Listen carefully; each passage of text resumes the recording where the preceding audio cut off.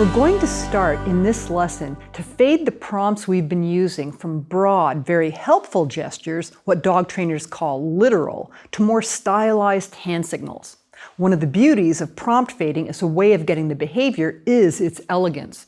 You'll always have in your back pocket a hand signal that is a reminder to your dog of the original training process.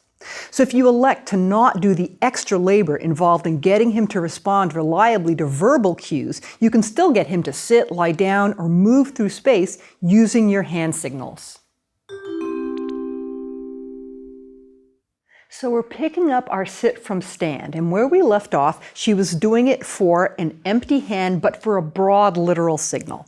Let's see how she does today. 1 for 1, very good. Position pay. 2 for 2, who's a good girl. Whoops.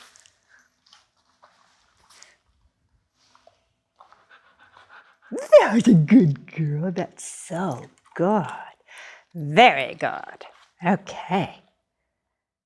4 for 4, I'm just going to get her up. Good girl. She's a very good girl. Okay, so looking at my next step, it's a smaller hand signal, so less literal, and she's nice and warmed up. Now for a smaller hand signal, sometimes it can become very tempting to be all over the map and do one big one, one small one, depending on how the dog does rep to rep. But that's a really bad practice. We want to be making our push, drop, and stick decisions based on how well the dog does over the set of 5. And so that means I want to standardize within my set. Let me show you. Okay, so smaller signal, let me get it into her stand first. Good girl. I'm going to pay that stand because I need it for my setup. What a good girl. Okay, so my movement, because she's a large dog, I'm doing it fairly high. If she were a smaller dog, I might very well go a little bit lower. But once again, I want to make sure that I'm standardizing. I'm keeping my elbow kind of glued to my body and doing kind of a more stylized hand signal than I was when I was simulating the prompt.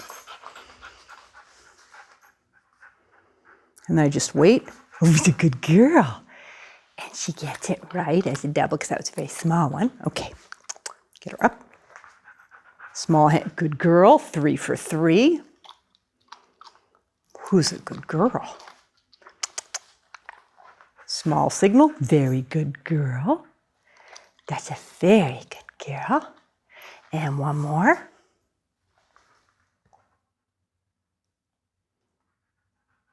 Thinking.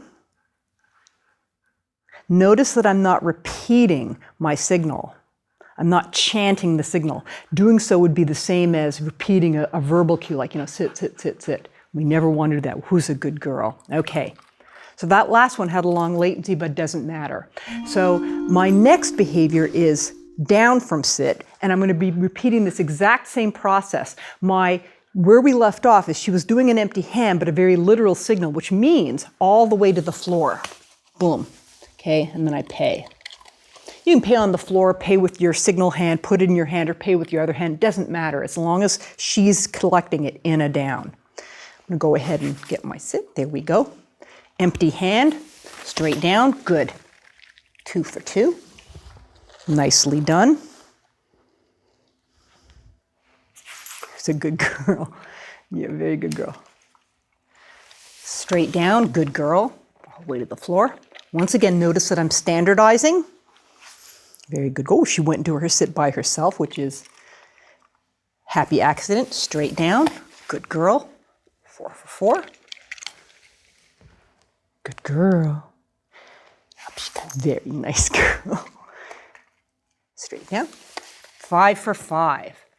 Okay, so my next fade for down is going to be that I'm going to go halfway. So in her case, because she's a large dog, that means I'm going to go to my knee.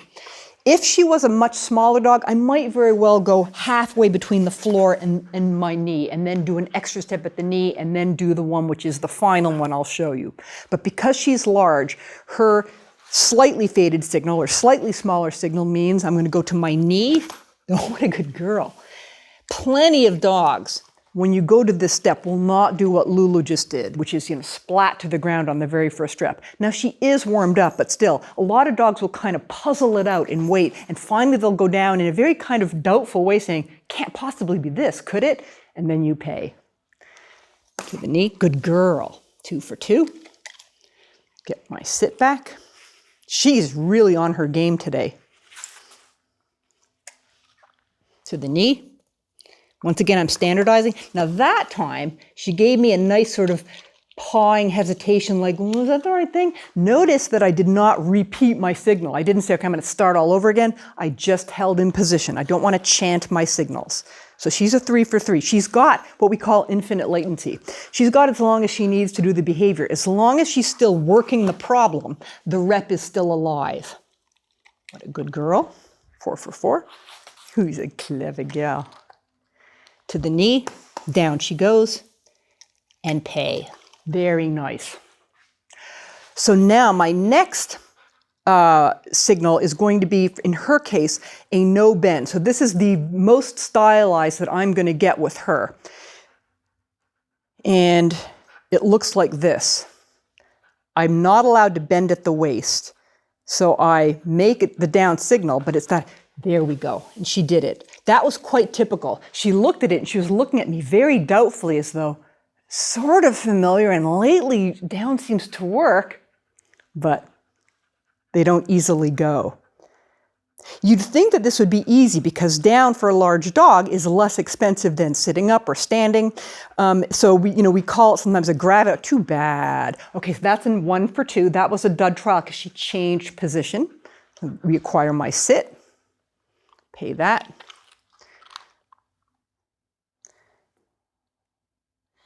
And as long as she's sort of good girl. Now those little stutters that you saw, they're really typical. That's the dog saying, it can't possibly be this. The other thing is that if you think about it, the treats are up here and down is slightly further from the treats. So there's a little tiny bit of Premackiness to down for a small signal. Whoops. So sit from down is currently on a lure. There we go. So she's a 3 for 4 right now. Hiccup, but she's still working it. She didn't quite break position, so trial is still on. What a clever girl. 4 for 5 on her first set. That's formidable. That's really, really good. Okay, so as she's in a down, we're now going to work on sit from a down in a dedicated way. And where we left it, she was doing it for a lure. And so now I'm going to try to see if she'll do it for a hand signal. So let me warm her up first with our last step, which was a first full food lure. She did it. Whoops. Position pay. Get my down. Whoops. Oh, I should see what I did there was I gave her a full down signal, which I didn't need to do. Her current criteria is that. Now I'm going to try a full hand signal for sit from a down, but without the food in it, and see what happens. Once again, she's got infinite latency. This is as close as we get to dogs thinking. Oh, what a good girl. That's a very good girl. Oh, I think I might have made too big a sound there. Okay. This is calculus for dogs. It's not easy. This is very non-literal. Too bad. So I commiserate. She changed position. She guessed wrong. Get my sit back. There we go. I'm going to pay that. Get my down. My down is my set. What a good girl. And then what what a good girl. That was a fancy one. She got style points for that one. Very snappy. Get my down, my setup behavior. I'm going to pay my setup behavior because I'm asking for it at current criteria. Oh, full hand signal. I believe that is a 3 for 4. What a good girl. At the same time, putting money in the bank of my down from sit. Nice broad sit. What a good girl. Very nice. So she did an incredibly good job. If your dog has difficulty with sit from a down, there's a couple of splits that you can use. One is you can do, as we did with Plan C for dogs who were literal with the lure, is rather than going from a really, really apparent lure to nothing, is tuck it in your hand again, and then do it and give infinite latency and see if that works. Okay. Another split that you can try is go half height, and that looks like this. So let me get my down. Whoops, let me sit for, I need down from a sit. There she goes. And that would be, instead of going all the way, I go part way, there we go, and then raise her. That can sometimes be a useful split. And the final split that can sometimes work if the dog is very dug in, and you'll know they're very dug into their down, they're rolled on one hip, or they're looking kind of comfy down there, is you can, there we go, do something a little bit staccato. So in other words, do your signal and then, okay, anything that's going to kind of pep them up a bit is often good to defy gravity type behaviors. So basically you're going sit and then tap your hand. Anything that's going to get them kind of get them moving. Okay? Okay, so now we're going to move on to down from stand. Now, let's stop for a moment and think about what we would do. Based on the plans that you've seen unfold so far, how would you go about training this? What's the template? And the template is, as it has been for other behaviors, which is first, get it for a very literal prompt. Okay, so can we prompt the behavior? And in this case, we're going to be using a food lure. Then we're going to fade that prompt, and we're going to fade it in a way that initially we do the same motion, but without the food visible, and then we start to gradually stylize. And that is exactly what we're going to do for down from stand. Now remember, we were talking about sit from down being different from sit from stand. In the case of down from stand, it is a little bit informed by down from sit. They are a little bit related, not perfectly, but a little bit. So sometimes we can get lucky early on. So what I need, first of all, is her to be in a stand. So I'm just going to go ahead and prompt that. Then I'm going to take a full food lure, whoops, and I'm going to go straight to the ground and then just wait and let her work the problem.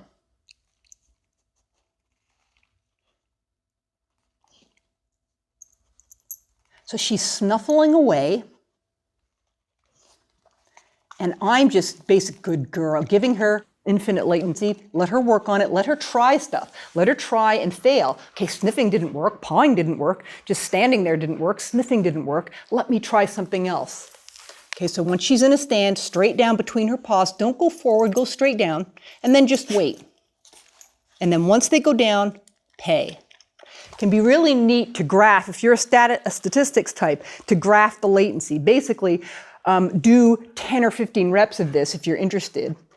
And how long does it take each rep? Now, it won't be a perfect curve. I mean, learning has always got these dips and valleys. But over the broad haul, what you'll see is faster and faster the dog cuts to the chase and actually does the down, because that's what works. And this is lawful. This is one of the most studied phenomena in the history of psychology, is operant conditioning. And if going down works, that's what she's going to do. Now, just a word about down. Lulu, as you see, is going down front end first. And this is sort of a style thing. There are occasionally dogs who, when you're doing down from a stand, they'll do an intermediate sit. And that's fine. In pet dog training, we don't care how they do it. We care that they do it. And over time, that sit will come out in the wash, meaning the dog will more and more quickly cut to the chase and do the down, because she's in more of a rush to get to the reinforcement part than I am. If you intend to do AKC obedience, so obedience trials, it's important that the dog go down front end first, the way Lulu is doing. So if your dog happens to be one who goes down with an intermediate sit, you're going to want to get yourself to the hands of a competitive obedience instructor who's going to show you ways to make that happen. What we're trying to get in competitive obedience is a dog who goes down from a stand without any forward movement. And when they do an intermediate sit, they actually end up doing what we call creeping. They go forward a bit. So that's just a side note. If you have no intentions or no aspirations for AKC obedience, don't worry about how they go down from a stand, just that they do. Lulu happens to be a front end first dog. There we go. And up she comes, and then straight down. And I've lost count, so I'm just going to do one more rep. I imagine I'm at a 6 for 6 or a 7 for 7. Clever girl. Okay, and I'm going to let her go and cogitate on that tonight and think about, okay, so what was working in that puzzle that I gave her where I went straight down. Okay, we're going to return now to our next behavior, which is our muzzle station. And where we were was doing our reps. And remember, this is something which is a little bit loaded. It can be scary for dogs. And so if your dog is one who really didn't like the muzzle station, remember, you're going to do a chin rest instead, because that's just a little bit less scary. Lula, we're going to continue. And we're going to do our 10 reps of step 1, because we really want to consolidate. And I'm going to go touch her over her muzzle and then pay. My order of events is really important. Touch, then pay. Okay. What I'm not doing is, I'm not luring her. So I'm not doing that and then changing the deal. Okay. It's really important that we let the dog vote with their feet. With something like this that can be a little bit loaded. Body handling, and especially face, especially mouth, can be scary. So I want to see, does she say, yeah, you can do that, and then pay it. I don't want to say, okay, here we go, and then I'm going to change the deal. I want to show her what the deal is up front and let her say, yes, I will allow that, or no, I won't. We want to give her a chance to vote. Okay, I believe I'm on a 4 for 4. 5 for 5. I'm getting a little bit of backing away, and so I'm tucking that in my mind, that's important, that if that trend continues, and that's part of the reason we're doing 10 reps, is we can get a better idea of how it's trending. Then we know that she's sensitizing, which means that this is not getting less scary for her, it's getting a little bit more scary. She's actually getting a little bit more worried. And that's my cue to back off and either do a chin rest or do splits or start over and do it a little bit more gently. There we go. Call that a, whoops. Oh, that's too bad. Okay, try again. Good girl. There we go. 2 more.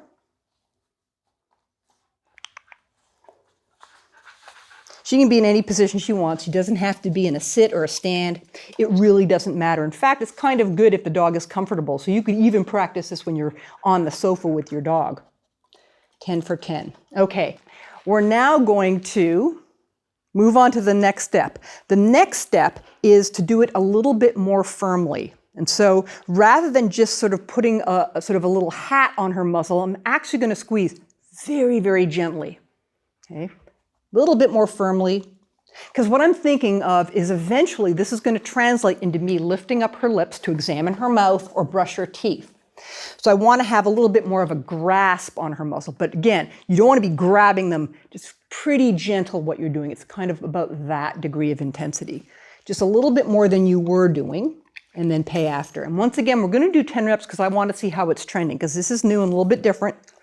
Okay, so she's saying that I'm okay with this, but she's not 100% on board. She's tentatively on board. She's saying, this seems safe, and you are giving me snacks, and so far it hasn't hurt, but, and this is natural. This has nothing to do with her in particular. This is a feature of animals.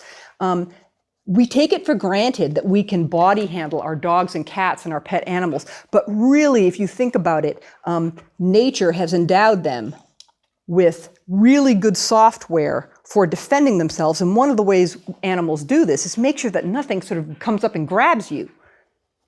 So the fact that she's doing this and letting me do this is formidable. We want to go very gradually. There we go. So what I'm doing is I'm just pressing a little bit kind of so that I can feel her teeth. And that's one good way of gauging how firm your grasp is. I can just feel that there are teeth under there. I'm not squeezing and I'm not yet lifting her lip. That will come later. When I translate this into husbandry behaviors, I will actually be lifting up her lip, opening her mouth, and so on. There we go. And once again, because I've been talking, I've lost count. I'm going to call that an 8 for 8. And a 9 for 9.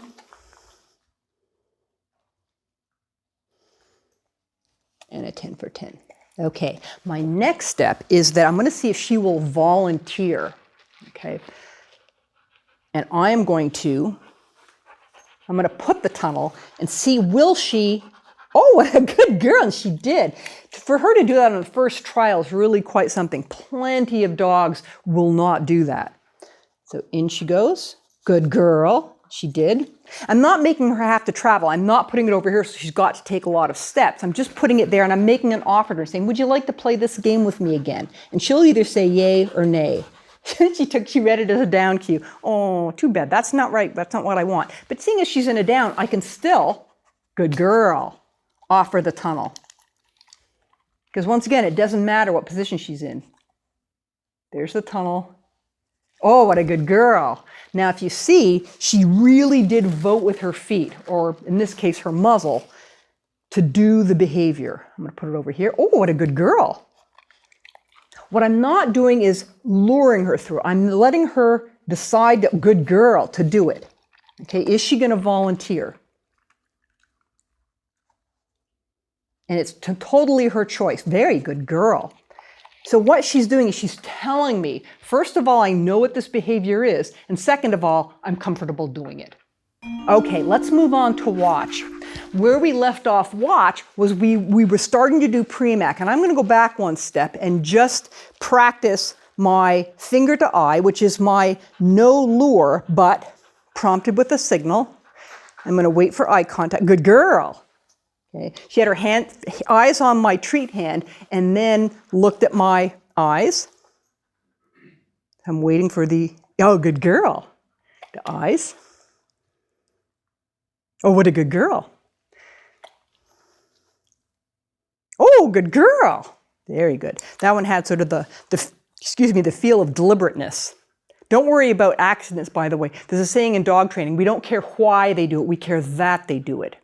So if something happens as a happy accident, that's equally good. I'm just waiting for eye contact. She's glued to my treat hand up behind my back. She thought about looking at me. Now, what you see here is really interesting. In the last session, ooh, good. In the last session, she was nailing this and even doing the Premack, and she's regressed a little bit, and that's totally normal. Dogs, just like us, they have good days, they have bad days. Learning is never this sort of beautiful, uphill curve like that. There are always those dips and valleys, and we're used to that. What we do is we just keep good girl. She's got infinity latency, so as long as she's still trying the problem, it's a good rep. Good girl is a 5 for 5. Now I'm going to go on to my Premack. My first Premack is going to be the one where it's legal to verbally prompt her. So the food is out there and oh, what a good girl. Now, wow, she did that really well. She actually did that better than when I had it behind my back. Oh, she's a good girl. Yes, she's a very good girl. 2 for 2. Good girl. Yeah, that was a very nice latency there. Very quick. Oh, good girl. Another one. 4 for 4. Look here, look here. Oh, good girl. Now, that was good. She did it with very minimal verbal prompting. So I'm going to move on to my next step. And the next step is I'm going to do the identical exercise, but this time I'm going to stay silent. I'm going to see if she'll do it just for the hand signal. I'm not allowed to help her with my voice. Oh, what a good girl. She did one. She's nice and warmed up, which is helping. In other words, we've been just doing this exercise, so she's likely to guess right. Good girl, yeah. Oh, what a good girl. Very good girl. 4 for 4. Oh, 5 for 5. Who's my girl? That was very, very good. Okay, so our next exercise is we're going to go back to our recall. And what we've been doing is just at random times, a couple times during the day, giving the sound and then giving her the big party. And that's what we've been doing, and that's the foundation. Once that's happening, and once you see that when you give the sound, the dog visibly brightens up, okay, and you've got what we call a conditioned emotional response. The dog is looking expectant when you make that sound. That tells you that you're ready to go to the next step. And the next step is simply that you're going to be calling the dog or using that sound from another room or from somewhere that's a little bit further away, and then prompting them to you. So in the case of Lulu, because we're here in the studio, I'm going to simulate that. So if she was in another room, I'd go, Lulu, Lulu, good girl. And then she'd come see mommy, come see, good girl. She would come, and then I would give her the big party, okay? And make it the really good stuff. This is, again, not the time when we want to be parsing out as small treats as we can get away with, the way we do for sits and downs and other behaviors. For this, we want to be doing very few reps, big stretches in between, and huge payoffs. Okay, then once the dog is doing that, and you'll know because when you give the sound, the dog will be in another room. They are like a lightning bolt. They come to you. Don't try it outdoors yet. Once they're doing that, your next step is to do a Premack recall, and that's what we're going to show you right now. Okay, we're ready to do our Premack recall, and this is where it gets very, very difficult for dogs. I have Trisha who's going to help me. You need 2 people for this exercise. One is going to be in the role of the handler, that's going to be me, and one is in the role of the distractor, who's going to be Trisha. So for this, I'm not going to have a bait bag, I'm not going to have any food on my person. All the food is going to be actually in the possession of Trish. She's going to have her hands closed. For Lulu to get some of that, however, she's going to have to unglue herself. She's going to come off it and perform a recall to me. So we're working indoors. There's no other distraction. We have control of the only motivation, and that is the treats that Trisha has right here. And so I'm going to go to my station. I'm going to call Lulu. I'm just going to keep prompting her. And initially, she's not going to come. She's not going to even want to think about coming because the source of the treats is there. So she's going to bug Trisha. But I'm going to persevere, and then eventually she'll give up and come, and once she does, Trisha's going to come and feed her in position for me. Okay, so show her that what you've got. Lulu, look, I'm going to show her that I have nothing. Look what Auntie has here. Oh, there's goodies. I'm going to go to my station. Lulu, who's a good girl? Come to Auntie. Who's a good girl? Come on. Who's a very good girl? And now Trisha's going to come. And she's going to get given a few treats in position, at my position, and then Trisha's going to go back to her station, and I'm going to let Lulu go back. I'm going to do it again. Lulu, come on, sweetie. Who's a good girl? Oh, now Trisha's going to come in and pay. What you are seeing almost defies the laws of behavior. Lulu, and I promise you, if not pre-practiced this almost never happens where the dog does it so quickly. Okay, let's try one more. Initially, your dog is probably going to blow you off, and that's normal. Lulu, who's a good girl? Come and see Auntie. Come see Auntie. Lulu, come on. Come. You're a good girl. And then Trisha comes and pays, and what Lulu is learning is that even though I don't have any treats on my person and the bird in the hand seems to be over there, the way to get it is obedience. Okay, we'll do one final repetition.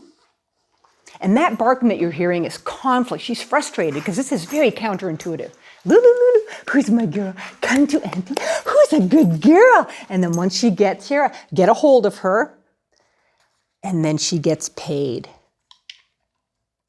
And once again, Lulu did this like pretty much a prodigy. Most dogs are going to spend a good deal of time on the first several reps bugging the distractor. It'll be like pulling teeth. You'll have to prompt your little heart out. Finally, they'll come, and then it'll take multiple reps, and then you're going to send them away to sleep before you see an improvement. Lulu was very, very quick at this exercise. I always send people off to practice Premack recalls with some trepidation. Lulu was a savant at this, just incredible, and your dog is probably going to be much more normal. It's a challenging exercise for most dogs and most people. The very dogs who benefit the most can be molasses slow to respond initially, which will make you feel defeated. You'll prompt and you'll prompt your heart out, and it's as though he's deaf. It'll feel like he'll just never do it. This is ridiculous, you'll think. Or he'll finally do one, and then you'll have a dry spell. He doesn't do another one. Persevere. He will get it. And not only will he get it, in his post-training data processing, when he's sleeping, he'll go over and over the weird physics of it, how the world is not as he thought. The way to get his stuff he wants is via obedience, even if it means moving away from an apparent bird in the hand. This is calculus for dogs, and a vital learning watershed. You're changing his brain, so don't give up.